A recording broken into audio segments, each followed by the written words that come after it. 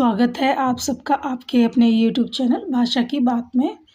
आज का वीडियो होने वाला है समास लेखन पर। इसमें भी बच्चों को बहुत ज़्यादा कन्फ्यूज़न क्रिएट होता है, तो बहुत शॉर्ट वे में मैं समास लेकर आई हूँ ताकि आप एक साथ इन चीज़ों को समझ सकें। तो महत्वपूर्ण दिशा निर्देश क्या है, परिभाषा क्या होती है, आपस में संबंध रखने वाले दो या दो से अधिक पदों, क्योंकि जब हम व्याकरण की बात करते हैं जो ये शब्द आपको दिखाई दे रहे हैं ये वाक्य में प्रयुक्त होते ही पद बन जाते हैं। तो इसीलिए यहाँ पे कहा गया दो या दो से अधिक पदों के संयोग को समास कहते हैं। और समास संक्षिप्तीकरण द्वारा नई शब्द रचना, नए शब्द का निर्माण करने के लिए हम समासों का प्रयोग करते हैं। जैसे प्रत्यय और उपसर्ग का प्रयोग करते हैं जिससे नए शब्द निर्माण होता है, उसी प्रकार से ये करने में महत्वपूर्ण भूमिका निभाता है। जैसे हाथ से लिखा हुआ अर्थात हस्तलिखित, ठीक है, एक शब्द में कहना है हस्तलिखित। समास के विषय में क्या ध्यान देने योग्य बात है कि पूर्व पद एवं उत्तर पद, समास से प्रायः दो पद होते हैं, पहले को पूर्व पद तथा दूसरे को हम उत्तर पद कहते हैं। बच्चों इस तरह के भी क्वेश्चन आते हैं कि समास में जो दो पद होते हैं पहले को क्या कहते हैं दूसरे को क्या कहते हैं, तो आप लोग इनको भी ध्यान रखिए कि पहले को पूर्व पद और दूसरे को उत्तर पद कहते हैं। समस्त पद, समस्त पद किसे कहते हैं, कह रहे समास रचना को, जब समास जैसे ये हस्तलिखित लिखा था ना, जब ये समस्त पद, जब इस पूरे वाक्य को हमने एक शब्द में निर्माण किया तो ये समस्त पद बन गया। समास विग्रह, समास विग्रह जैसे हस्तलिखित का हाथ से लिखा हुआ ये हो गया आपका समास विग्रह। कह रहे अलग अलग करना उसको। समास रचना से बने शब्द को अलग अलग करने की प्रक्रिया को समास विग्रह कहा जाता है, जिसमें पूर्व पद, उत्तर पद, समस्त पद समास विग्रह। देखिए यथा एक अव्यय है, उत्तर पद शक्ति है, यथाशक्ति बना। इसी प्रकार से माता पिता द्वंद्व समास का उदाहरण है, माता और पिता ये बना। अब समास के भेद कितने हैं फटाफट इनको देख लेते हैं ताकि आपका एक ही बार में क्लियर हो जाए। देखिए समास के मुख्यतः ये भेद पूछे जाते हैं, अव्ययी भाव, तत्पुरुष, कर्मधारय, द्विगु, द्वंद्व और बहुब्रीहि, इन्हीं समासों में से पूछा जाता है। तो इनको बस थोड़ा ध्यान रखने की जरूरत है।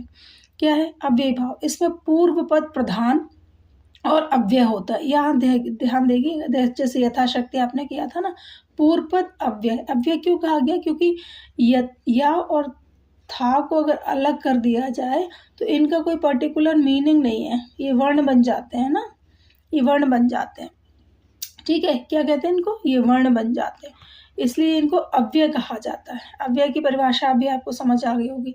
तो पूर्व पद अव्यय होना चाहिए और समस्त पद अव्यय के रूप में कार्य करता है। जैसे प्रतिदिन, समस्त पद अव्यय के रूप में कैसे कार्य करता है, प्रति। अब जैसे प्रति को अलग कर दिया और प्रा को अलग कर दिया, ती को अलग कर दिया, तो प्रति दिन हो गया। दिन का भी ऐसे ही है, दिन तो एक पर्टिकुलर शब्द है, दी होना, दिन को ये अलग कर दिया, ठीक है। इसी प्रकार से ये एक अव्यय होते हैं जिसमें पहला पद जो होता है वो प्रधान होता है। आइए दूसरे को समझते हैं, तत्पुरुष। इसमें उत्तर पद प्रधान होगा। उत्तर पद किसे कहा गया है, देखो यहाँ पे हमने यहाँ बताया था, उत्तर पद मतलब दूसरे पद को। जैसे इसमें यथा और शक्ति है तो ये पूर्व पद, ये उत्तर पद। उत्तर पद प्रधान होता है तथा विग्रह करने पर कर्ता और संबोधन को जोड़कर कर्म से अधिकरण कारक तक के परसर्ग चिन्ह आते हैं। न तत्पुरुष में पूर्व पद आ या अन होता है जिसका अर्थ नहीं होता है। मध्यम पद लोपी तत्पुरुष में विभक्त या परसर्ग चिन्हों के द्वारा के अलावा कुछ अन्य पद भी आते हैं, जैसे मधुमक्खी, मधु का संचय करने वाले, इत्यादि इत्यादि।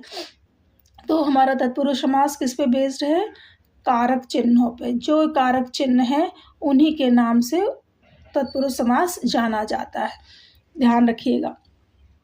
अब है कर्मधारय। उदाहरण और आगे आपको बता दूंगी।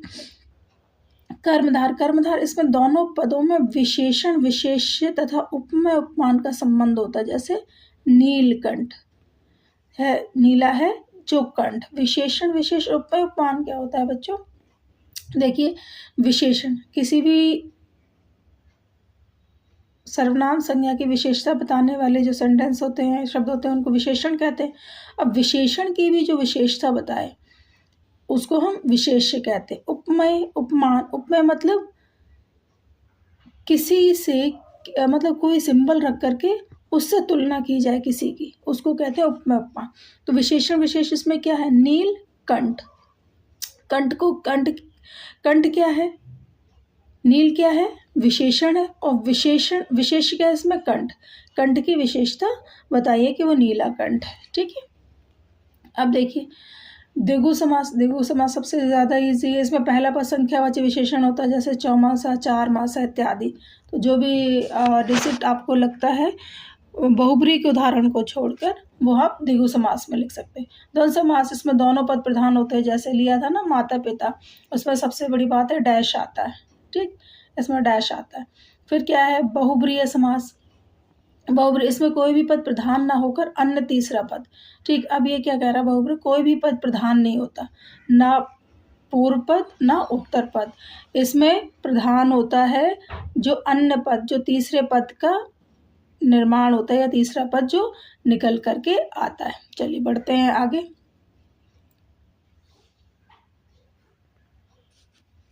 देखिए यहाँ पे कि हल सहित उत्तर दिए, जैसे ये बहुत सारे शब्द दिए हुए हैं, आजन्म, राजमहल, आप बीती, गजानन इत्यादि। तो आजन्म ये कौन सा समास है, अव्यय भाव का उदाहरण है। ये देखो आ को अलग किया, अगर ये सिर्फ आ और आ के मेल से बना है ना, अव्यय हो गया। आ जन्म, जन्म को भी अलग नहीं करेंगे तो कुछ नहीं मिलेगा, आजन्म। अव्यय भाव समास, राजमहल, तत्पुरुष समास, देखो कौन सी विभक्ति है, ये विभक्ति लोप है, का, राजा का महल, ठीक है, तत्पुरुष समास। आप बीती, अपने आप पर बीती, ये भी तत्पुरुष समास का उदाहरण है। गजानन, गजानन वैसे किसके लिए प्रयोग किया जाता है, हाथी के लिए, ठीक है, लेकिन जब हम बहुब्रीहि का उदाहरण इसमें देख रहे हैं तो किसके लिए, गजानन सिर्फ और सिर्फ गणेश के लिए। ये तीसरा जो पद है वो प्रधान इसमें होता है, ना गज प्रधान है ना आनंद प्रधान है, जो इससे मिला निकला तीसरा पद अर्थात गणेश, ये प्रधान है। तो बहुब्रीहि का उदाहरण है। चार है भुजाएं, जिसकी विष्णु सिफिनी की है, अर्थात विष्णु। द्वंद्व समास, राजा और प्रजा इत्यादि इत्यादि। आई थिंक आपको बहुत ही क्लियरली समास शॉर्ट वे में समझ में आ गए होंगे। कुछ और आपको दिखा देते हैं। यहाँ देखिए बहुत सारे कुछ और भी उदाहरण दिए हुए हैं, जैसे उद्योगपति, उद्योग का पति, यहाँ डिफरेंट आपको दिए हैं। आप इस वीडियो में से पढ़ सकते हैं ताकि आपकी काफ़ी तैयारी हो जाए। और यहाँ देखिए निम्नलिखित विग्रहों के समस्त पद से इसकी प्रैक्टिस कर लीजिएगा। वैसे आपको शॉर्ट में मैंने समास कंप्लीटली समझा दिए हैं, जिससे आपको कोई परेशानी का सामना नहीं करना पड़ेगा। देखिए यहाँ पे भी बहुत सारे समास आपके लिए दिए हुए हैं। निम्नलिखित विग्रहों के समस्त पद बनाकर इसमें से अभ्यास आप कर सकते हैं। जैसे 3 मंजिला विग्रह है, समस्त पद क्या बन जाती है, मंजिला, और समास क्या है, द्विगु समास। बहुत सारे उदाहरण दिए हुए बच्चों, इसमें से आप बिल्कुल शॉर्ट वे में लर्न कर सकते हैं, याद कर सकते हैं। क्योंकि मैं आजकल की व्याकरण की पुस्तकों को देखती हूँ, उसमें हज़ारों हज़ार दे देते और इतने ज़्यादा कॉम्प्लिकेशन के साथ देते हैं कि बच्चों को समझ ही नहीं आता। आप इसमें से अभ्यास कर लीजिए। गुरु दक्षिणा, कमल नयन किसके लिए प्रयोग किया जाता है, बहुब्रीहि का उदाहरण है, विष्णु के लिए प्रयोग किया जाता है कमल नयन, ठीक है। इस तरह से आप इसको त्रिवेणी या और भी उदाहरण हैं, देख लीजिए। काफ़ी उदाहरण आपके सामने आपको परिलक्षित हो रहे हैं, जिससे आप अभ्यास कार्य बहुत ही क्लियरली कर सकते हैं। Okay, thank you for watching.